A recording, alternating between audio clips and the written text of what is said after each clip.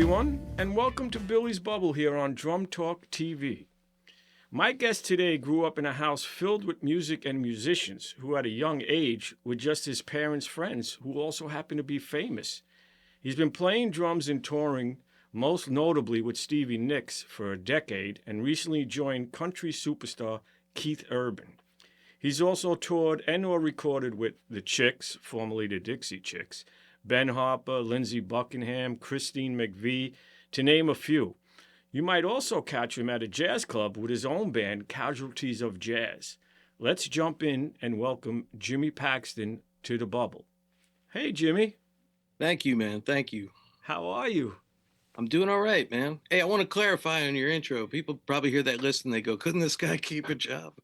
A lot of them were sessions. A lot of them were guest situations. But the main ones were, Stevie Nicks. I was there for 11 years.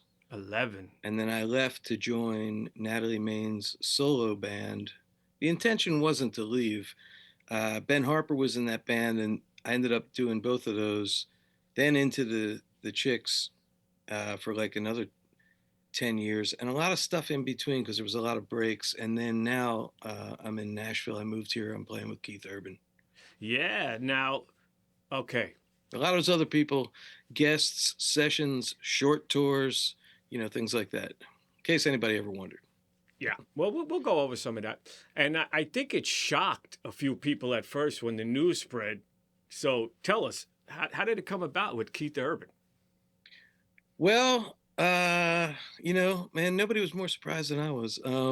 I got a call from a woman who tour manages the Chicks, and I've known her since my days with Stevie Nicks. And the agency for the Chicks also works with Keith Urban, and they share an agent. And she said, hey, I got a call from the agent, and he said that Keith Urban needs a drummer, and he thinks you'd be the right call. And she said, so do I. So they gave me a bunch of, send this, fill this out. And then I realized the keyboard player is a guy I know, a New Jersey, East Coast Philly kind of guy, Pete Kuzma, who I played with Julian Coriel. And, like from time to time we gig or whatever. And I called him. He's like, oh, man, you're interested in it? Oh, that'd be great. That'd be great. I sent everything in.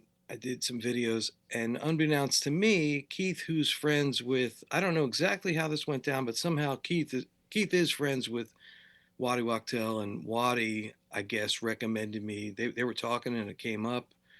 So it came in from two directions. They said, you live in Nashville, right? And at the time I was in Austin for about a year. I went there. There's a great producer there named Kyle Crusham, and we were doing a lot of stuff together and still do. And I said, well, I don't live in Nashville, but I can move there. I'll move there immediately for this gig. And I was actually in the middle of doing a record for a new artist named Bo Adams with this guy, the same producer. And in the middle of the session, I had to leave. They were like, well, can you get out here? And it was like in a couple of days. So I did another day on the recording, left my gear there, and JJ Johnson was in town, at the time. So I called him, like, you finished doing this, do the other half of this record. He used my gear, and it was weird because I went to Nashville, we played for a few days, and I came back to collect my gear from that studio, and it was like my life had totally changed. Yeah, you were moving. And yeah, it was heavy, man, because I didn't expect it. And and 2024 was a rough year, and I was like really wondering, like, was that the end of the road? Is this like, and thank God I had people around me that believed, and they were like, you're going to be fine. You're going to be fine. And that's how it came about. And man, I called my cousin Donnie, who lives in Cherry Hill, New Jersey. I said, would you fly out?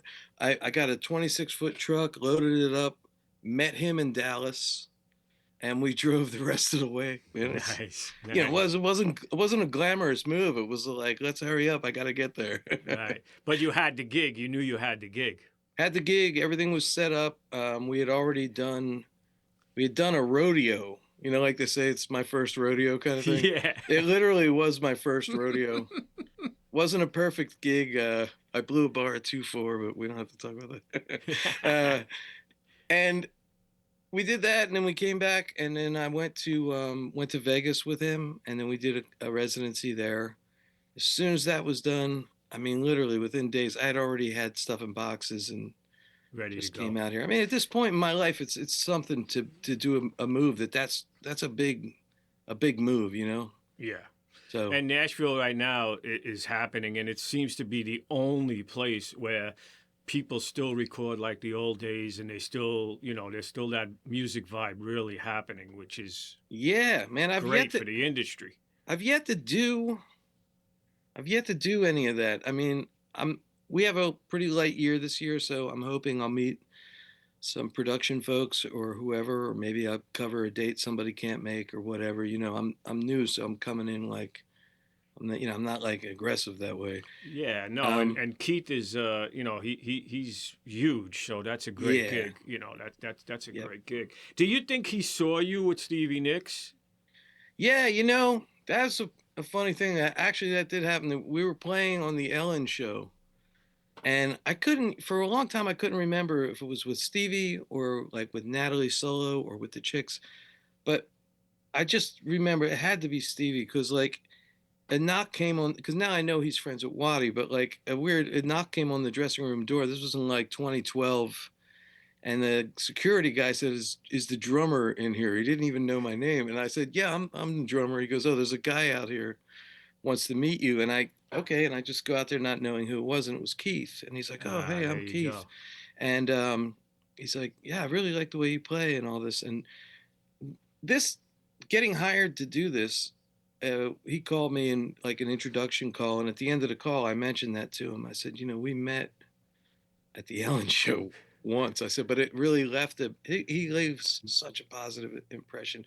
The guy's just amazing in every regard, and I felt that then, not even working for him. And he was like, "Oh my God, that was you. Well, that makes total sense." There you go. You see? Yeah, man. See, that's the best audition when you're playing with, a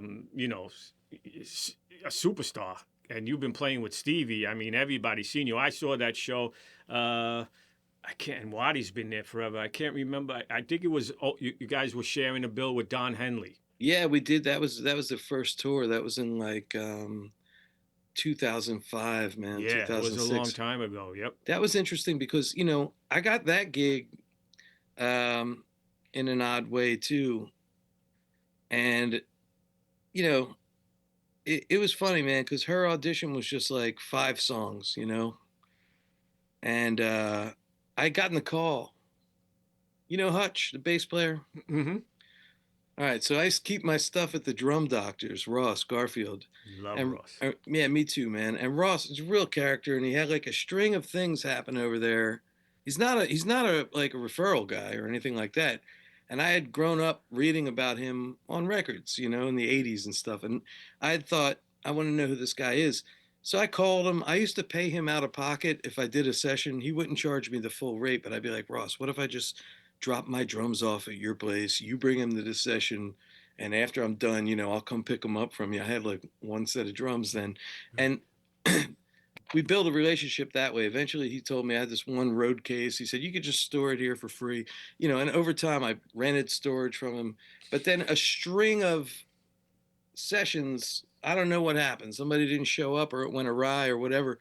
And he'd call me, "Hey man, these guys rented a set of drums. The drummer fell out. Can you go do the session?" One of which was for the soundtrack of the original Grand Theft Auto. I never even knew that. Hmm. I was in there. They said it was for a video game, but he heard me play like in a '70s kind of setting on a lot of this stuff.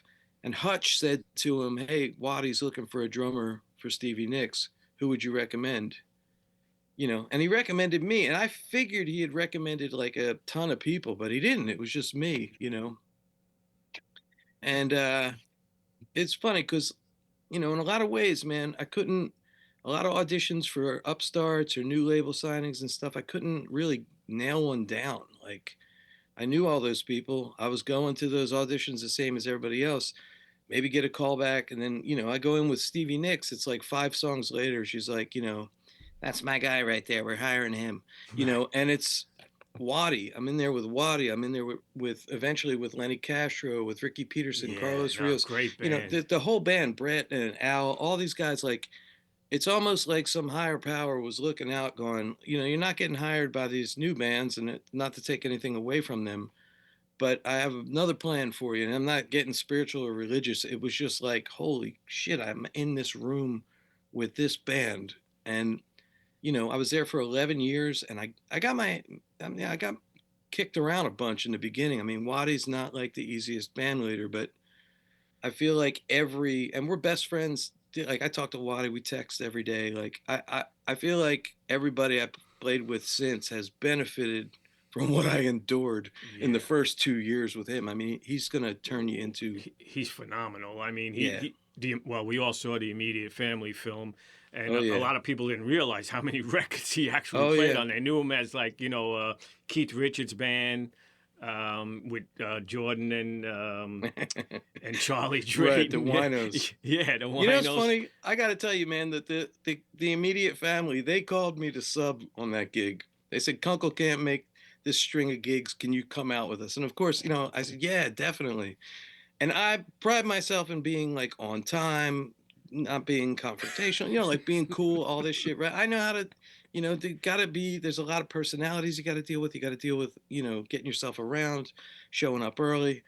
In all these years, I've missed one flight, man, that was my fault. I've missed one flight. I've had Wow. canceled, and it was the flight to go meet them. And I'm sitting there going, oh, you got to be kidding me. And they told me there's no way. And I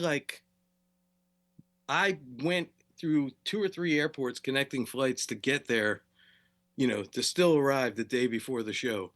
And Wow. when the promoter guy said, "Oh man, you're Jimmy," I go, "Yeah." He goes, "You should have heard what these guys were saying about you last night." I go, "I deserved every bit of it, and it's them. I understand." I said, "You know who's in this van?" And Waddy's probably telling everybody about you and like building you up. Yeah, yeah, yeah. And I knew those guys from over the years, but it was like, I was like, "Oh, you got to be kidding me!" I read the plane ticket, and I thought it said boarding time 12:04, but it was like takeoff 12:04, and the boarding. I was at the airport, Right, right. and I was eating something, and then that I told Waddy, I said, "Listen, man, what? I said, don't worry, man, I'll make it there. You better make it here." That's great. Now I love all those guys. And that Yeah, me film, if too. anybody hasn't seen that film, they should definitely see that. Definitely, I gotta check it out. You haven't seen it? No, I haven't seen Oh it. my God. I forgot, man. Don't tell. Danny Tedesco, you hear that? Sorry, man. Sorry.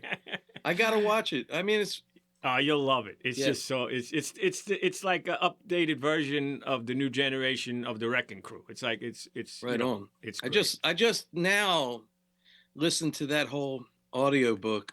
Yeah, oh, Of the Wrecking Crew, man. It's amazing. And yeah. also, like, I'm a kind of a late bloomer with some of that stuff. Like, I just now saw The Last Waltz, like, on a flight. And I wrote something online, like, wow, I never knew, you know. And my connection to the band was my father used to play in Summers Point at what was it called? The Bayshores. Bayshore, Long Island? No, New Jersey, Summers Point, New Jersey. In And New there Jersey? was a bar called Bayshores that had the late night set was whatever, and my dad was playing over there. Well, Mike Pedersen, Atlantic City sax player. It was No. the father, old man Mike, and they would play across the. It was like that Cameo Parkway kind of stuff, and they were playing across the street and from a bar called Tony Mart's, and the band over there was Levon and the Hawks. And Wow. my dad never told me this stuff, man. He was dying. He was in the hospital dying, basically. I mean, he had the last 11 months of his life. We're talking. He goes, "Hey Jim, man, you ever run into Levon Helm?" I go, "No, I haven't, man." Yeah, man. Did you know it? Did you guys know it? Yeah, we knew each other. Like, he had all these stories, but all that was never presented to me until my dad was gone. So, like, when I finally saw The Last Waltz, I was like, all right, now, I don't know why I waited so long to check it out. And I remember Waddy again gave me a hard time. What? What are you new? You haven't watched that? You play with me and you haven't watched that? That's great, man. So now, talking about your parents and your childhood, Yeah. mom, great pianist, Yeah. dad, famous jazz drummer, and then a really popular educator, professor. Yeah. What how did they influence you and inspire you? Because I know everybody knows if they haven't seen it, they'll see it now. I'll put it up right here. That picture of you when you were a kid. I Oh remember yeah. the first time we ran that photo with that red hair. I think Right, you right. must have been like 5, maybe not even. Not even. Yeah, it was like three maybe. But Yeah. there was a two or three even. There was a guy. Well, first of all, my dad used to hang out at Music City a lot with Ellis Tolan, And my father went in there before I was born, and they didn't know they're gonna have a son or a daughter or whatever. Like whatever was gonna wind up, I was gonna be a drummer in their eyes. And my father had a drum set he ordered. I wish I was still around. And he Yeah. put it like outside the playpen so I could hit it. And man, he never gave me drum lessons formally. Like he just put me in the room with him more so than anything. And he taught me how to just be there, Like and I see this these days, like when I see kids come in with their parents, like if you go to like the NAM show, let's say, and you see a kid, like a young kid walking with his dad or something holding hands, like it reminds me of me when I was a kid. My father would, dress me up really well, and you can sort of tell that these kids are into like the higher level of like some other music. Like my father was wise enough to let me discover rock and roll on my own, which I thought was pretty cool. But everything in the house was always like Weather Report, Miles Davis, Right. John Coltrane, Return to Forever, things like that. The closest we had to a rock and roll record was like we had a couple Stevie Wonder records. I saw a Billy Joel record in there, but I never saw them put it on. I think they just got it because they were curious. And and my mom was like really heavy on the improvisational thing, and but not even at the drums. I remember she used to I've talked about this a lot, but she used to get me props, like this thing or something, or whatever, anything. And she'd try to play, well, she would play these pieces that she'd improvise and try to convey emotions to me and have me like sort of mime out what emotions she was trying to convey, happiness, sadness, whatever. And then that just carried over to the drum set. That probably gave you your feel.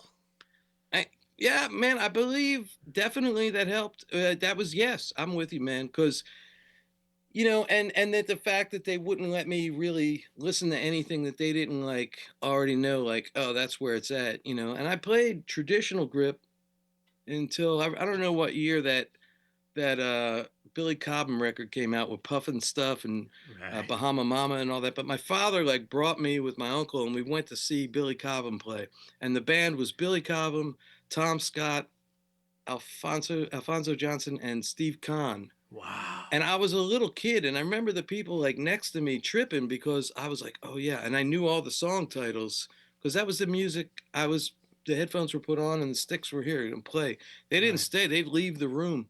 Um, and you know, when I saw Billy Cobham playing this way, I never went with left hand lead, but the fact that he played match grip, I can vividly remember being a little kid, man, in Mount Laurel, New Jersey, and like trying to figure out how to get this hand to take a stick without traditional grip.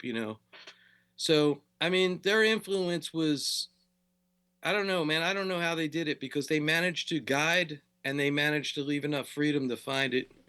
And my That's father, yeah, they he hated, inspired you. yes. And like when he caught me one time wearing this painter's cap that said Ozzy Osbourne on it. And I wore it to work where he worked at this Bally's casino in Atlantic City. There was a show called Outrageous, and he had been on the road with Ben Vereen, and the people in Atlantic City called and asked him what he was making.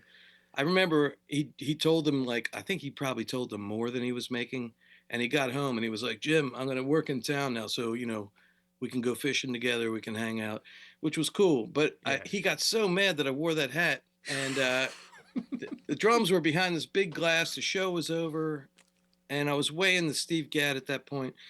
And my dad was over at the booth, like talking to the lighting guy or something. And I remember sitting behind. I give this photographic memory. It was like a weird butcher block looking set of Ludwigs that Bally's stuck in there with these oil-filled heads, and it just sounded like in that tight room, it sounded like Tone in that booth. And playing all this shit, and just that headspace I'm still trying to get back to, that teenage headspace where you could just flow for hours, and flow wasn't even a word for it then. That's the Right. first time I've ever used it in that context. um, and I come out and he's like, yo, Jim. I'm like, yeah, I didn't realize they had like the monitors on in the booth. And he goes, I heard you playing over there, man. He goes, listen, man, I'm sorry I gave you shit earlier about your hat, man. He goes, you can wear whatever you want. He goes, till this day, man, you were my kid who played the drums. He goes, now hearing you, man, how like I'm hearing you now, you're a drummer that happens to be my kid. And I mean, That's a great, I could go great on and on compliment. about how I got out of Jersey. Like he was the one who forced me to leave. Um, Yeah, he said go to California, right? Wasn't it his idea to go to California? Yeah, I mean, I had wanted to go and I had left high school. They kept taking my credits away for missing or School. being late. And I left. I was like coming on 16 and my English teacher said to me, man, I've heard you play. Don't stay here the rest of the year. You should come back next year if you want, but go get a gig. Maybe you'll find a job playing. And that's what I did. And at the end of the summer of 86, at this bar, I was playing with these two identical twin sisters and their brother. Somehow they got fired from that job and they were going to a casino next and they were worried about a 16-year-old drummer in a casino, rightfully so. Meanwhile, this guy, and I'm telling you, man, this is exactly what he offered. There was a guy in the bar and the bartender said, hey, he wants to talk to you. And it's this guy named Billy Jack, who's like a Wildwood legend. And I said, hey man, he goes, yeah, I heard they're letting you go. And I go, yeah, man, I'm, whatever. And he goes, biggest mistake they'll ever make. He goes, you want to work with me, kid? And I go, yeah, man, I know all about you. He said, okay. He goes, look, sometimes there'll be 2 gigs in a day. Sometimes we're doing an afternoon. He goes, but just at the end of every week, I'll hand you $1,000. And in 1986, I was like, wow. And I shook his Yeah. hand.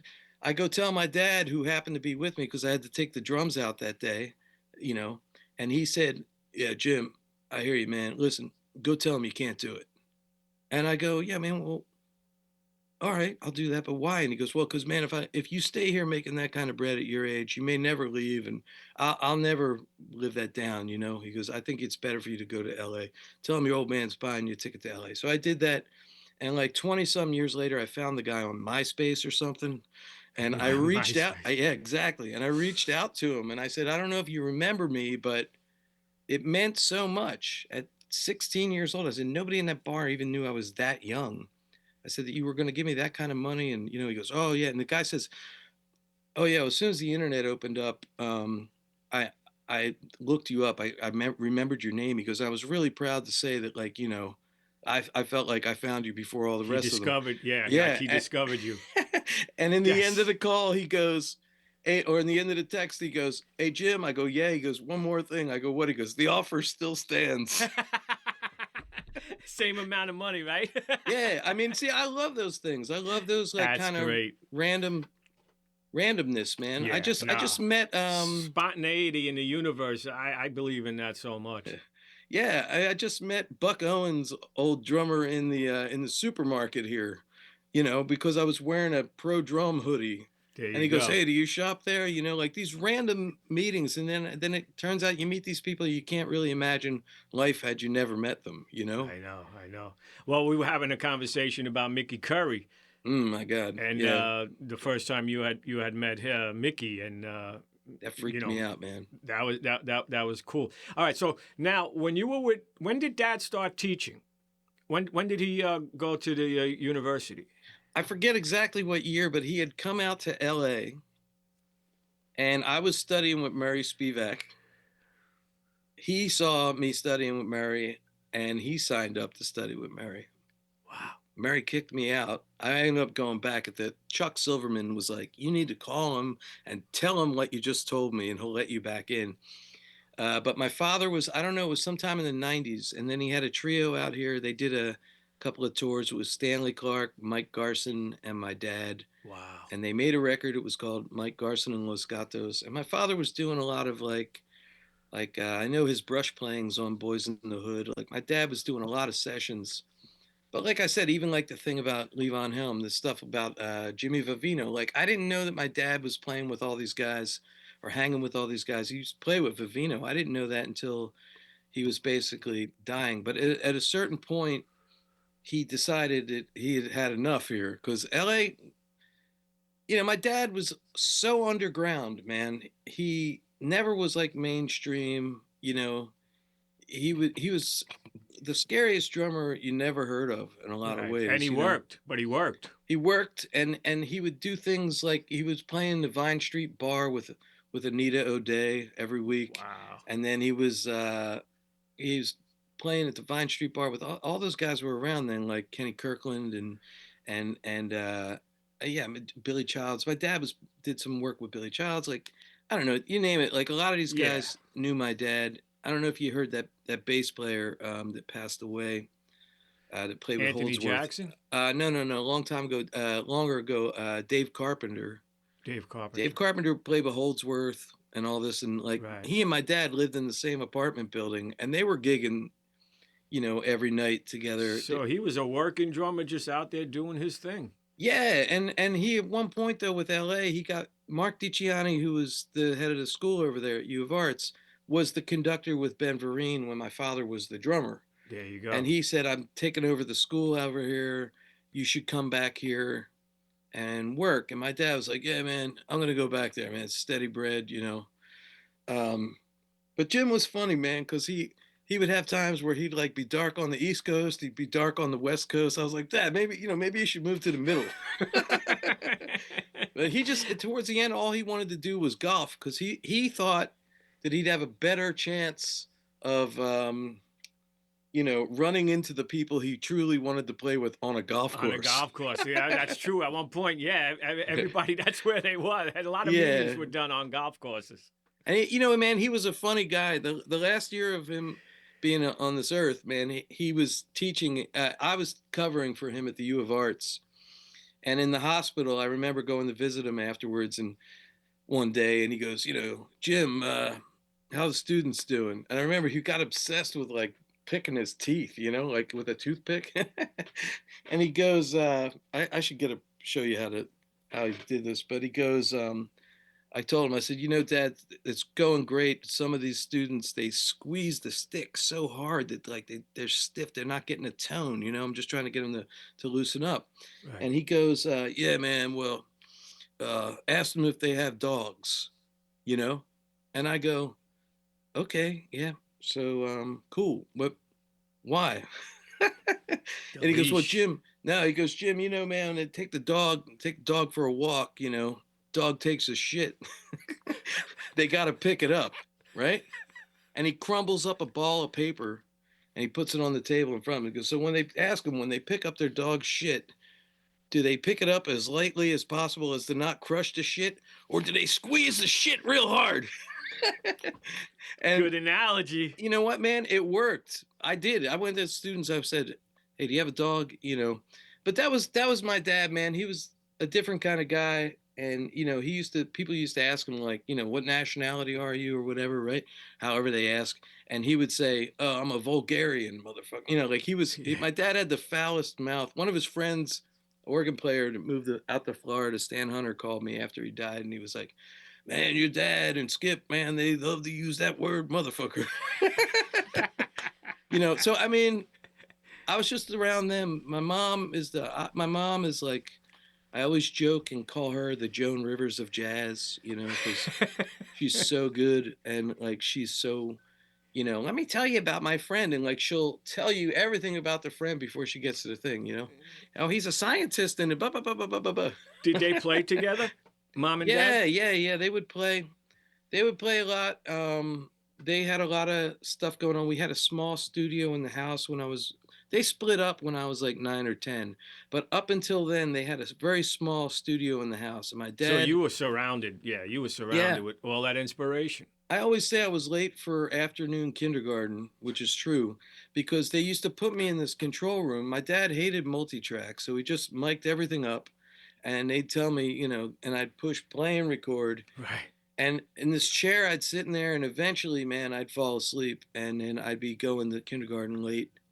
I was around all this, and my environment Yeah. was really strong that way. But if nobody had pushed me, I think I was I was a outwardly social kid, but also like a recluse. Like I hated sitting in, I hated auditions, but I just wanted things to happen naturally, and thank God there's been, Organically, right, yeah, right. and there's been a few people that have really like pushed, but including my mom, including my dad. I mean, I fought them on it. My mother wanted me to go in the 80s. She had moved here. She was touring with Stanley Clarke, and she had moved here, and she wanted me to go study with Alex Acuna because she had Justo Amalio was playing with my mom every night, and he had a band with Alex, and my mother wanted me to go over there. Man, I was having anxiety attacks in that car. It was like 1985. I was 15.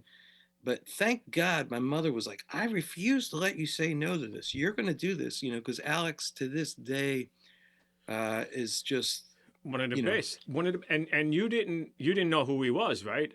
I mean, I knew who he You was heard of because his of, name, right? well, I knew about him from the Heavy Weather record, which I was way into, and I knew about him from his days with Al Jarreau. So, So is which that what made you nervous? what made me nervous was it was like, there's a weird kind of, you have to get over it. I'm not saying people don't have to get over it, but there's different kinds of players in this world. There's people that are like really confident to go into a music store and start like blazing. And then like I've never been that. I've always been more like, yeah, I want to play that way, and I probably have more chops than I let on, but I always feel most comfortable like in a musical situation. So like being in a room at 15 with a guy, one of your idols. Now here's what's funny about this. I sit down. I remember he had this beautiful red set of Yamaha, and they were up against this wall, and I was like, ooh, these are like, not to geek out on gear, but I was like, I'm finally gonna play a set of these recording customs. Like I've Right. never struck And one it of these probably before. sounded amazing. They sounded amazing. I mean, from my childhood, it was always like Gretsch, Rogers, that kind of thing. I, Side note, when my dad was dying, I was like, why didn't we ever have any Ludwig drums? He was like, Jim, they're too clean. I thought he was going to say, talk some shit. But no, he was like, they were just too pure. I thought Rogers and Gretsch were a little rougher around the edge. And I go in there and I sit down in Alex's room, man, and I'm playing. And it's just like, I felt alive, like everything was just flowing. And I just played everything I had known at that point. And he's like, gee, when you play, the music comes through you. I can feel it. He got into this whole like God is coming through you and all this. Now, what's funny is I went back and moved to LA after that. And I spent a couple of reckless years in bands that were, I was kind of chasing where they might go, not Right, right. not what they would do for me. But it's good Like, experience. yes. And I went in there to Alex, and it was funny because I went back and it was like I was like 23 or something.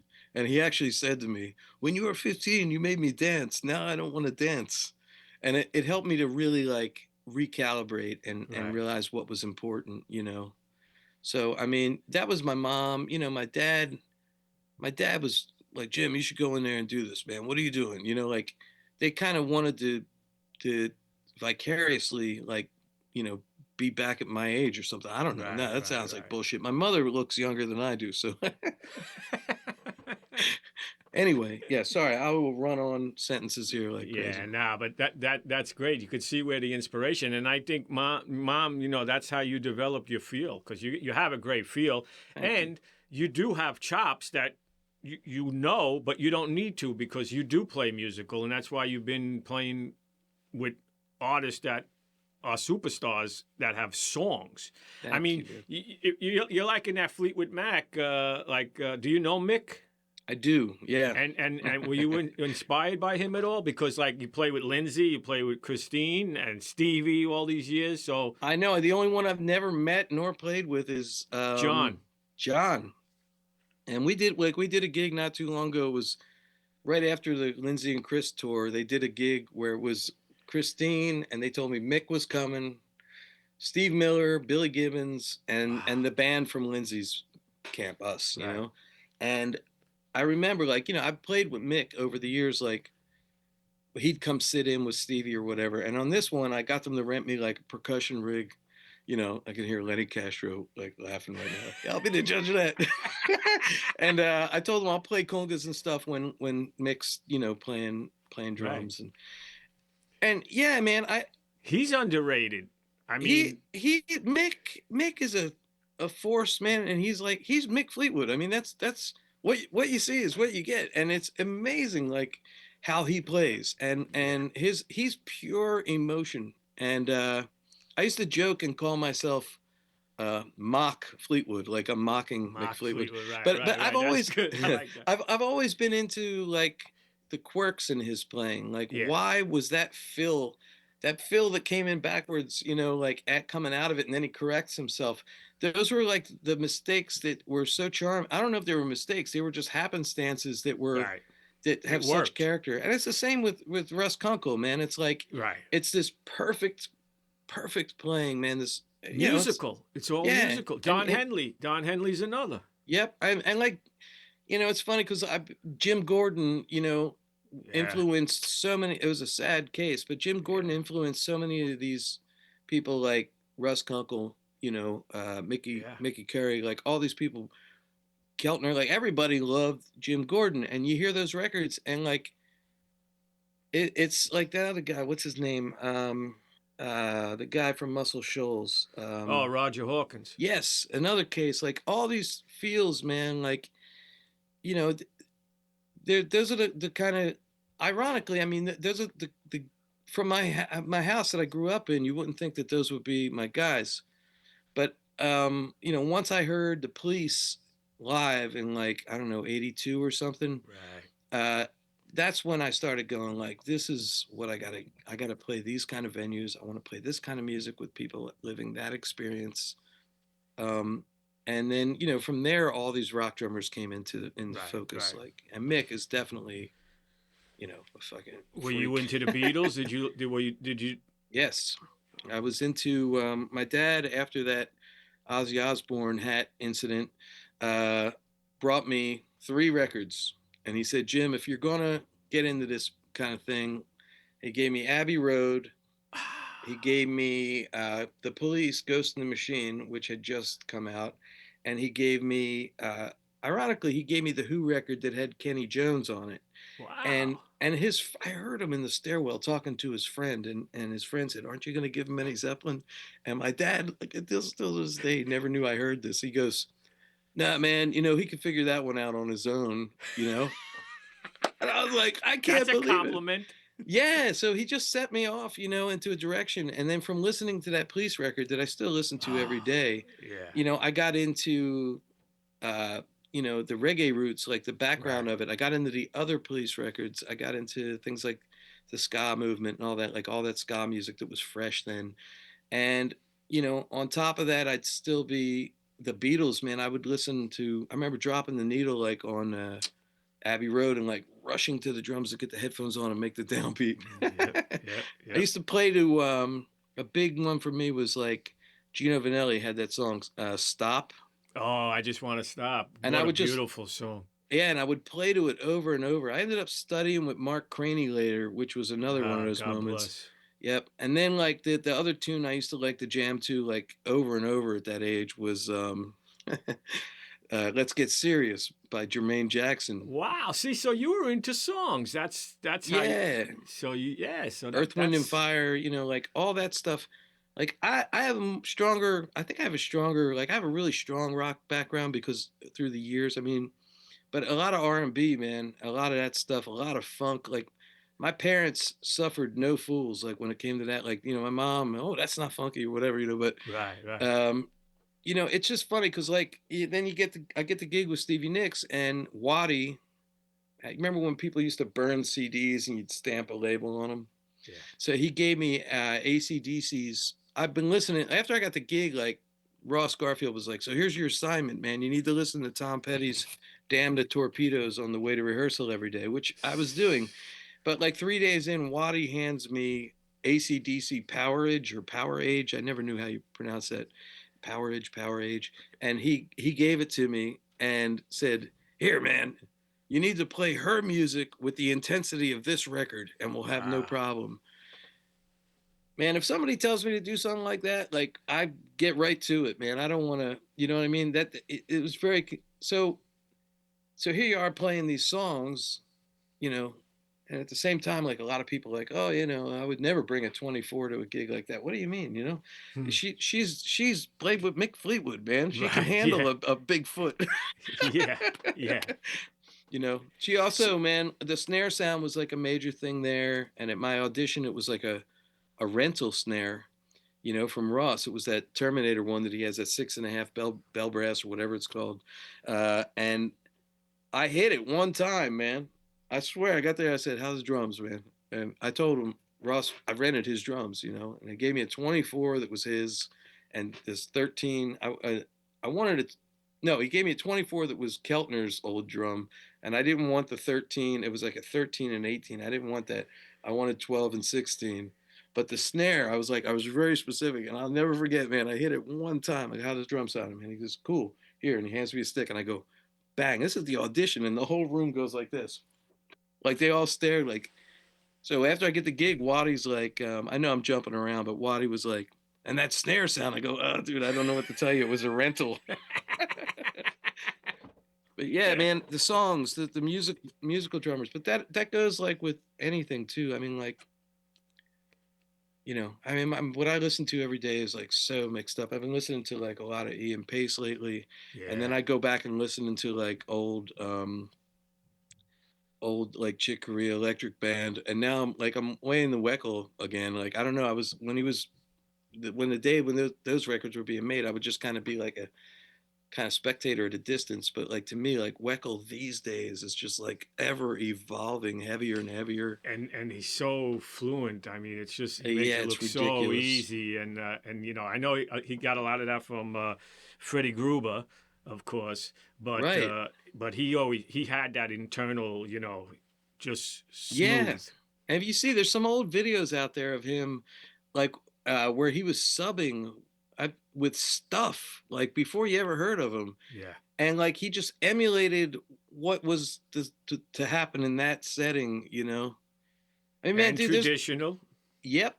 And there's like not a day that goes by, especially lately, man, where I don't like really appreciate. I really super strongly appreciate every living second, man, and every bit of inspiration and every bit of music, man. I've been listening to I've been revisiting like Stevie Wonder stuff. Once in a while, somebody will send me a playlist of some stuff I've never heard.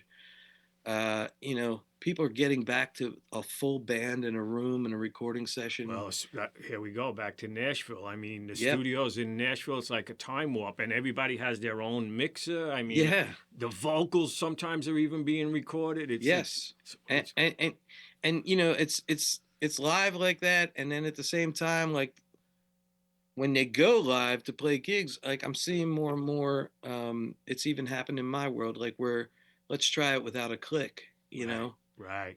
So it's a great time, man. It's a great time to be like alive and playing and staying appreciative of the fact that I get to do this, man. Because I'm still got people in LA. I still got people everywhere, but it's like, wow, I'm in Nashville. I'm doing this. This is, it's still like, whoa, no way. Yeah, no, this is a great gig. Keith is super talented, and he's a rocker. It's not like he really blends that, he has the banjo in there, but still it's it grooves. No, yeah, and his guitar sound is like it's unbelievable. I mean, he's got big amps back there, man. It's like everything is for real. There's side fills, there's wedges. You know what I wanted to ask you? Yeah. What made you do the song? What made him do the song? Get What You Give? Get What You Give, yeah.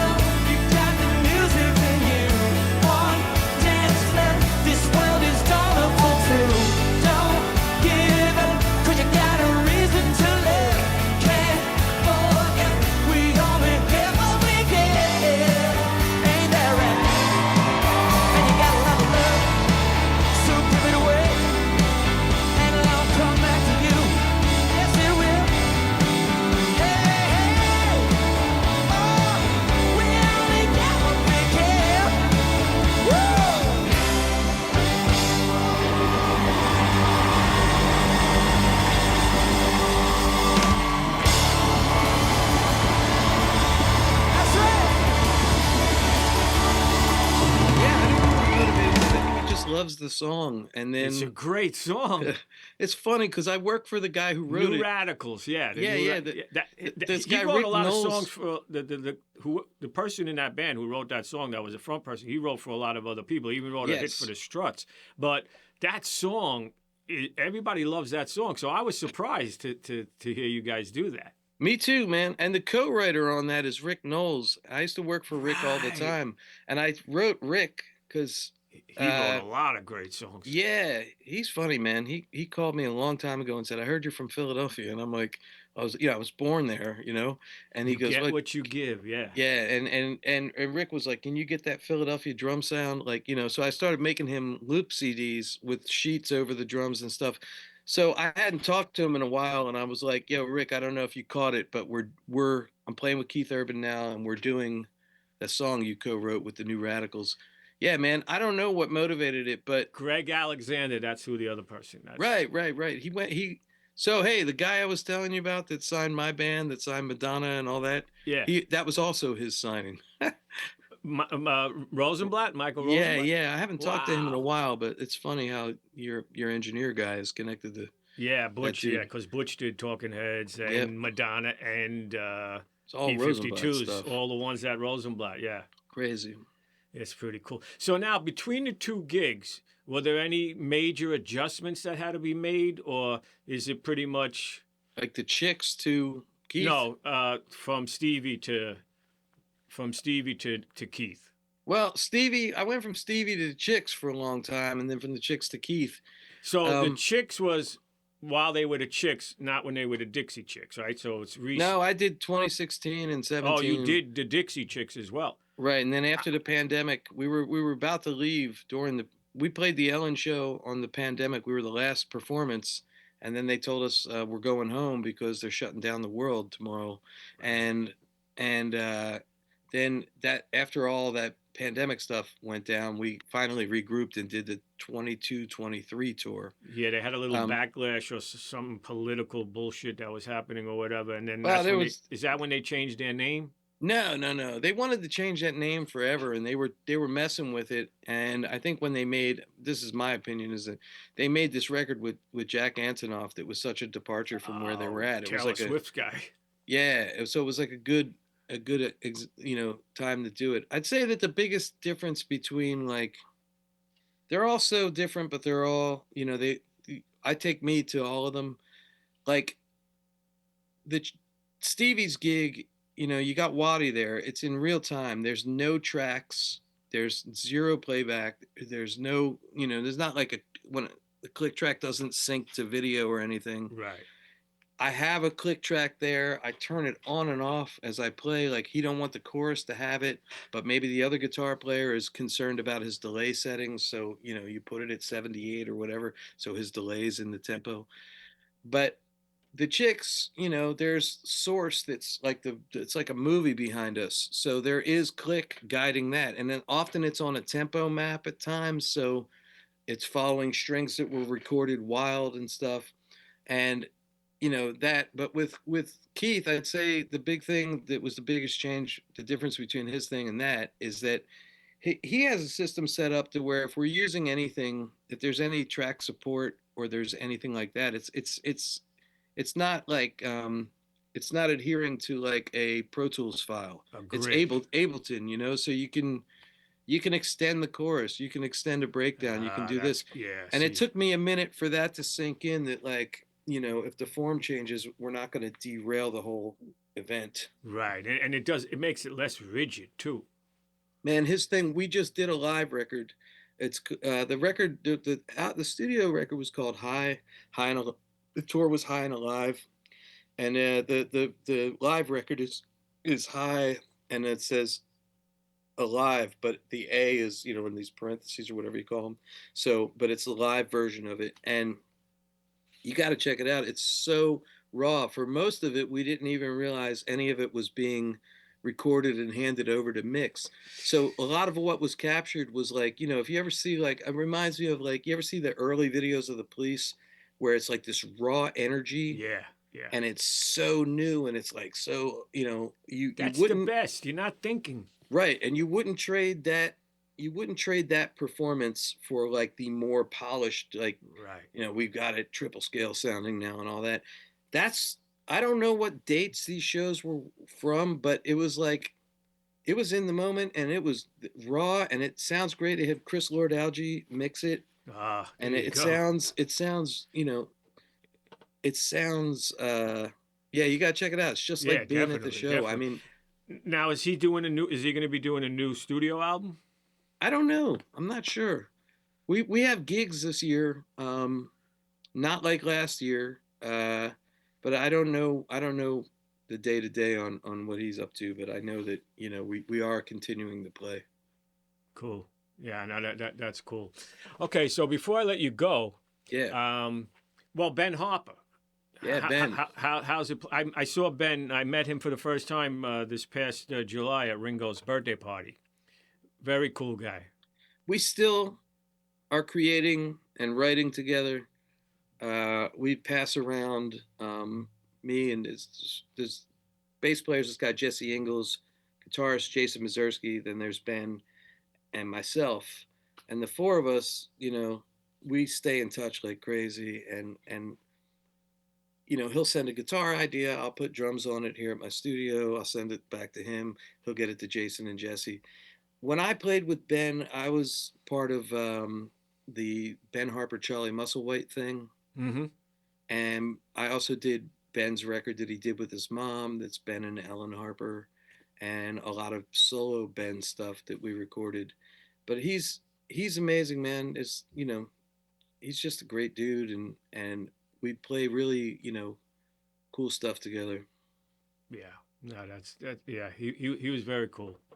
Hey, I And want to ask you. Well, yeah, go ahead. Sorry.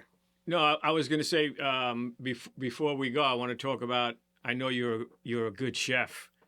I Oh want to yeah, talk about man. what's your favorites. What do you like? What's your specialties? Well, cooking wise, there's this big. I'm sorry if it offends anybody. There's this big debate on, you know, Sunday gravy, Sunday sauce, right? I don't care what you call it. I mean, where I'm from, and my Italian side of my family was really like big on it, and they owned an Italian deli in Drexel Hill, but they always called that sauce gravy. Right. So like people want to come over when I make Sunday gravy. It's all, man.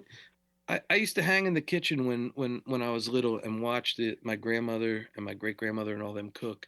But my father, man, when he was dying, I mean, I talk about Jim a lot, but like when he was going, he couldn't eat. But he was, he said, "Hey Jim, man, the Sopranos, man, they make this sauce called red lead. Reminds me of what my grandmother used to make." He goes, "Make it in my honor, man, if I don't make it through this." So when he passed, I got obsessed with making that. And sometimes I'll just make it as a ritual. And everybody's like, "What are you going to do with it?" I go, "Trust me, people are going to want it." And so there's that. I'm kind of known for these collard greens that I make in a funny way. You know, Cheesesteaks, man, people want to come over and do that a lot. I just had There's a Your Philly roots. exactly. I just had a Super Bowl hangover here the other day, and I made really good sheet pan pizzas. I got a really good wing sauce recipe. To me, like, cooking is love, man, and I like to cook for others. Yeah. To me, a dream, a side hustle would be like a place where I could, I want to maintain where I'm at and who I am as a musician, but like I would love to have like a window to just like tell stories and hand food out of, like, oh, here you go, that kind of thing. I was offered that in Austin. My friend Noah owns a brewery, and he had a food truck he was just going to give me, but I wasn't ready to retire. You know, I wasn't ready to like. That's a good retirement plan. Hey, I'll tell you though, man. Speaking of which, I should tell you this. Couple of records I just did that came out, but I don't even have them. Do you know about the Casualties of Jazz? Well, I know. Yeah, I know from you Okay, so the because that's first been years that you've had that band. right, and the first record was all Black Sabbath done as organ jazz. Right, And that right. was I called remember that. kind of black, right? Right. And that came out like, I think it was 14 years later. The guys from the Raconteurs hit us up to open for them. I'm like, Wow. how do you? They're like, oh, it's one of our. The drummer PK was like, man, we love that record, and so we went out and toured with them before the pandemic. But since then, at the request of the Grateful Dead archivist, they were like, would you guys ever consider doing a Grateful Dead uh, record? And we did, man. And it just came out. I don't even have it, but it's called, what it is all Grateful Dead. And it's us without a B3. So Wow. we have the producer JJ's playing guitar on it, but we did all Grateful Dead in the influence of Herbie Hancock's Headhunters, and it's called Dead Hunters, Dead hunters. and I'll send it to you. It's really good, but Wow. yeah, man. So look, I'm just telling you, I couldn't be happier. I mean, there's a lot. Nah, you're in a great place. Thank God. Thank God, man. I try to do a lot of like, you know, things outside of music. I like to fish. yep. I got a boat I'm working on. I every day I got, man, I just got I picked up a set of drums from DW. Can you see that blonde set Oh right yeah. there? Right. Nice. It's just, Switch over to the other side. Show everybody those snare drums. let me see here. Well, this is, there's more up there. Here, wait a minute. Yeah. Now go to the other side. Okay, hang on. Coming around here. Wait a minute. Leaving it on the thing. Yeah, there. Look at this. Look at that. And there's more in LA that I'm still trying to get out here, but Wow. I do sessions out of this room. Yeah. It's just it's a nice house that I'm renting because I moved here like in such a hurry. But I just got this set of drums here from DW, and it's just the old school maple.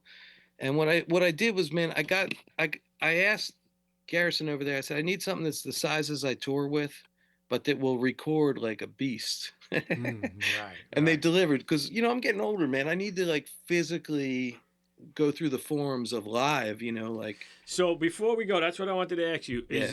Do you still practice? I mean, you play so much, but is there anything like that you're still like? Does anything challenge you anymore? Where you sit Yeah. down and you'll practice? What? Uh, lately, what gets me off like practicing is I tend to really want to, even if I'm singing a song in my head that hasn't been written, I'll try to put on a click track and go like 1 or 2 BPMs faster than my heart rate is comfortable with. Like to challenge myself, to play up in there, to get out of breath, to do something that I don't usually do. And actually today it hasn't been out in a minute, but I have an old school practice pad, kind of like what Mary Spivak taught on with the Peckman pad has the The hole thick in the middle. rubber? Yeah, yeah. Yeah, I'm gonna reset that up. But I really get off on the hand stuff, man, like which is not about speed, but it's more about how the mechanics of everything inside the Right. arm should function. Flowing. Yes, and yesterday, man, like I don't know, like yesterday I woke up and I was about to go on this hike, and I just went over to the drums and I picked up a stick and I played the ride cymbal for 20, 30 minutes, just going ding ding ding ding ding ding ding ding ding ding ding ding, Right, right. because I'm not playing a lot of jazz these days. I'm not playing like a lot of bebop, And it's and hard to do. People like if you see all. I mean, obviously you see all the young drummers on YouTube with all these crazy chops and everything. yeah, They can't play a groove. It's like well, and yeah, it's so people don't realize how hard it is to just practice a groove and not play anything else. oh yeah, man. I mean, the 2 and 4 like straight just playing 2 and 4 in a room, man. It that's why, man, this new drum set, I swear I didn't plan on pumping the drum set, but I mean I have so many drums, they all sound amazing. Well, that maple kit always is such a great sound. Yeah, and it's like it responds to a light touch to a really heavy touch. I got this other set over here that I love these drums. I really love the finish. It's that Tiger Yeah, Oyster. no, they're beautiful. I've not played DW on paper for a long time, but I've always maintained a great relationship with those guys and have continued to order drums from them. But like I got one of these A&F 24-inch kick drums that I put in front of there the other night, Oh yeah, to get and that. that reverb from it, and even that like is enough to take you, into like inspiration. Yeah. I got this way over there. I got this 2 sets of Gretsch. One is a bebop set, like 12, 14, 18. The other one's 10, 12, 14, 16, 22. and they're both like stop sign badge, like the drop G. I rented that one. I rented the 10, 12, 14, 16 to Steve Gadd for, well, to a producer that was recording him with Paul Simon. And man, I went on some of your festivals, the MD festivals and stuff, and Yeah. I tuned them. I know Steve, but I didn't hang around. I just tuned them and got out of there. But I tuned them the night before to his tuning, right? And I said to the producer, I said, man, just let me know if he changed anything. And he goes, man, he tilted the snare a little, but he didn't put a key to the drums at all. Wow, that's great. So when I got to the studio to pick up the drums afterwards, I looked at how he had the seat and how he had the snare angled, right? And I marked it and I clamped it down, and So it I and stays. and I brought that snare and that stand and that seat to it was either Sea Boys or the Continental Club to play with this guy, David Jimenez, and and I said, man, I'm leaving the snare and the seat at Gad height to see if it affects anything.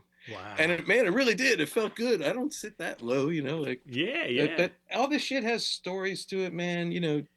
Jim Scott, the producer, he hit me up after Heffington died, and he had a bunch of Heffington stuff like this, like weird Oh, shit, all the weird, yeah, you all the know. I out don't know of if the you can hear that, box. you know. And I just, man, I know it's a long answer to it, but yeah, I still practice, and I have to practice more. But the great thing is with Pro Tools and all this recording stuff too, like I can sit in here and just layer stuff of myself, like just keep overdubbing. And Right, right. some days I come in here and want to record 7 hand clap tracks, Nah, you and then see, just play a beat over it. that you're still learning. As we get older and play, and we've been playing our whole lives. You got to keep learning. You got to keep trying new things. And drums are so physical. So Yeah. if you're going to be on the road, you got to work even on like you say, playing faster to get your heart beating faster. I Oh mean, yeah. all of that comes into play. Philip Sace. You ever hear this guitar player? Yeah. So I was playing in Japan with this guy named Eikichi Yazawa, who's like their Elvis, Bowie, and Mick Jagger, like all wrapped Wow. in one. And that gig, he puts the temperature in the room at, like, I want to say it's like 90, or it's so hot in the room when you rehearse. Make you sweat And like a sauna. yes, and then it's only for the 2 hours that he's there. So you rehearse it for like 2 hours before he gets there, 2 hours with him there, and then like for another hour or so after he leaves. And I remember I would get these like salt marks on my shirt, and like it was just gnarly sweat. But playing his music, what I realized about it the first time out of the gate with Yazawa was it's very like, you know, it's up, and then the next tune sounds like the '80s like LA session guy kind of thing, like that. Right, right. It goes from one to the other. But the shit that was kicking my ass, I took this gig with this great guitar player named Philip Sace because his part of his set was such an endurance thing. I mean, I would have played with him anyway, but I was like, this is perfect. I'm gonna, He's a shredder. He's like, yeah. And I mean, like, what was perfect about it was we went on the road leading right up to the next Japanese tour, and I went there, and like what was knocking the wind out of me the season before was like nothing. right. So One last thing before we go, as we know, the business has changed dramatically over the over the years. So, yeah. what advice would you have for like up and coming musicians, especially drummers these days? Um, my advice on that would be, you got to just keep moving, keep your forward motion happening. Don't be, especially when you're up and coming, like don't be overly concerned with like setting limitations on yourself, like, oh, I don't leave the house unless I get $100. I have a friend who's a really great drummer, and I tried to give him something one time, and he said that to me, and I said, look, just so you know, I go do this one particular gig for no money, and it pays a sandwich at the end of the night. I'm like, but in the first, and with no intention of it becoming that, I just went to do it for the open mind of playing some music with some people. I probably got $8,000 worth of small independent sessions There you from go. one guy there that night, and over the years it's probably more like $30,000 worth. And Right.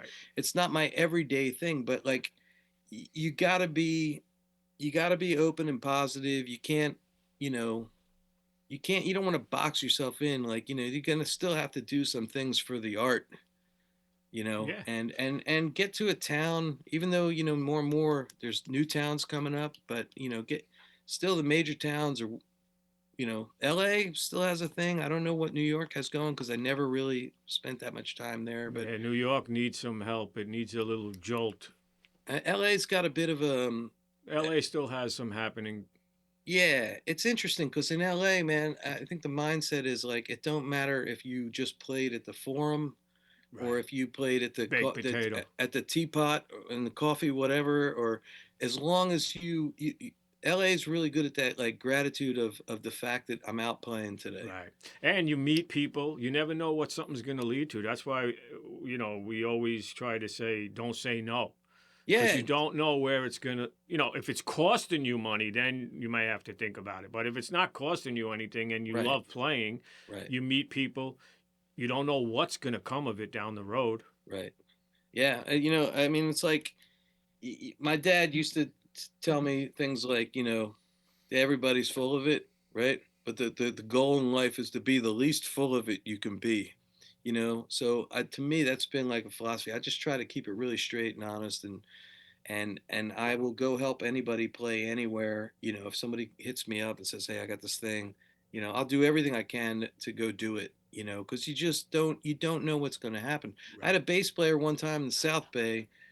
I knew him as a guitar player, and he wasn't that great of a bass player. And I was doing this gig with him, and a cover gig, and we played "What's Going On" by Marvin Gaye, and he didn't know the bass line. I said, "Man," I said, "I'm used to seeing you play guitar." Like he goes, "Oh yeah, I bought a bass, and I've been working more." And I go, "Yes," and I wasn't trying to be an asshole. I just said, "Do you not know the bass line and what's going on? I can play it for you just for the next time. You'll know it." He goes, "Ah, man, nobody cares here, man. We're just, background music." And I go, "Well, I care."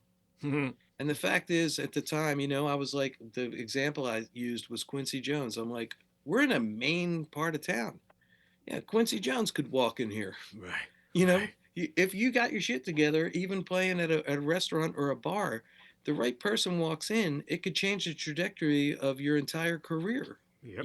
You might meet somebody at the Trader Joe's that puts you on the path to, playing drums with your idols. I mean, I got to, you got to be lighthearted, yet take everything pretty serious because it all matters. You know what I mean? Yeah.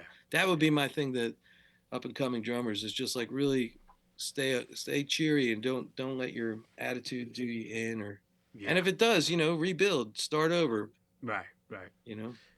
Well, listen, thank you so much, Jimmy, for being here and talking on my bubble. On behalf of Drum Talk TV, I'll see you all next time. All right, Jim, man. bye, Thanks man. again. Always a pleasure. Right on. Hopefully, see you when you're in New York or I'm in Nashville. Yeah, man. We'll do it. All Thanks for right. having me, man. Seriously. My pleasure. I'll catch you later. Bye bye. Bye.